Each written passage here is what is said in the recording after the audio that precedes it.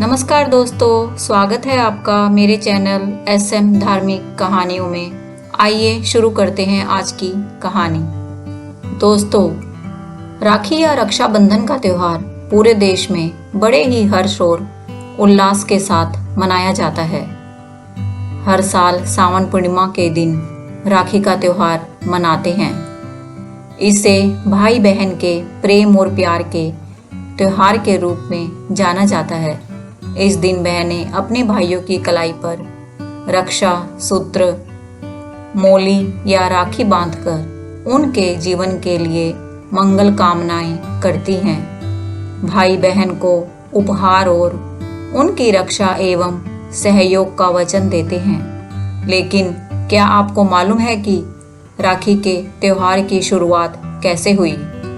आइए जानते हैं रक्षाबंधन की इस पौराणिक कथा से। धार्मिक कथा के अनुसार जब राजा बलि ने अश्वमेघ यज्ञ करवाया था, तब भगवान विष्णु ने वामन अवतार लेकर राजा बलि से 3 पग धरती दान में मांग ली थी।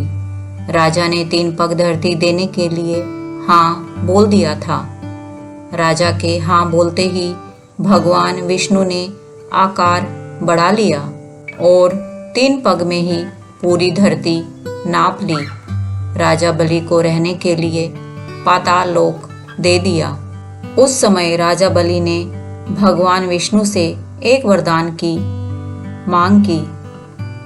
उन्होंने कहा, भगवान, मैं जब भी देखूं तो सिर्फ आपको ही देखूं। सोते जागते हर क्षण मैं आपको ही देखना चाहता हूँ।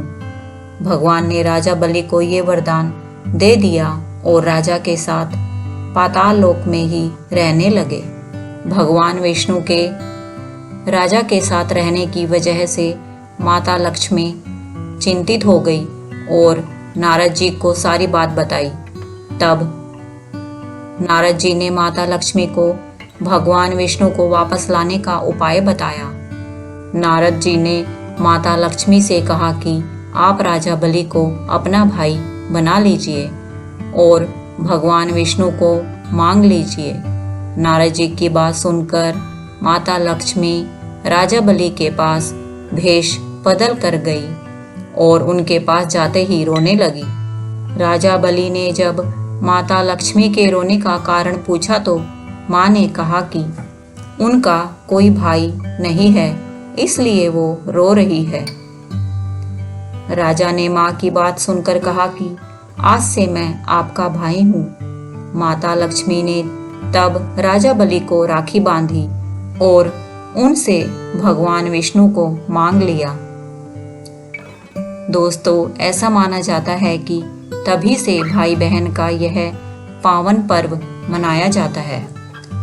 दोस्तों, एक अन्य कथा के अनुसार श्री कृष्ण ने महाभारत में द्रौपदी को अपनी बहन के रूप में स्वीकार किया और इस कथा के अनुसार भगवान श्री कृष्ण ने जब अपने सुदर्शन चक्र से शिशुपाल का वध किया, तब उनकी कनिष्ठा उंगली कट गई, जिससे भगवान कृष्ण की उंगली से रक्त की धारा बहने लगी। उस समय द्रौपदी ने अपनी साड़ी के चीर के एक टुकड़े को श्री कृष्ण की उंगली पर बांध दिया।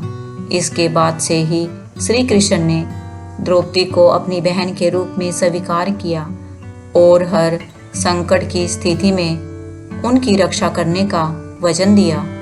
दोस्तों, उसी वचन की वजह से भरी सभा में श्री कृष्ण ने द्रौपदी को दुर्योधन के द्वारा चीरहरण होने से बचाया था। दोस्तों, इस प्रकार रक्षाबंधन का त्योहार इन्हीं पौराणिक कथाओं की वजह से सदियों से चला आ रहा है और इसकी मान्यता बहुत खास है।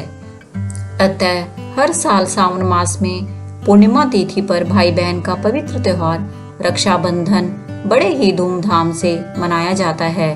इस दिन बहन भाई को राखी बांधती है और भाई बहन को उपहार देता है और जीवन भर बहन की रक्षा करने का वचन भी देता है। दोस्तों, आशा है आपको यह कहानी पसंद आई होगी। यदि पसंद आई है तो इसे लाइक करो, शेयर करो और यदि आप मेरे चैनल पर नए हैं तो चैनल को सब्सक्राइब करना ना भूलें। जल्दी ही मिलते हैं एक और रोमांचक कथा कहानी के साथ। तब तक स्वस्थ रहें, अपना और अपनों का ख्याल रखें।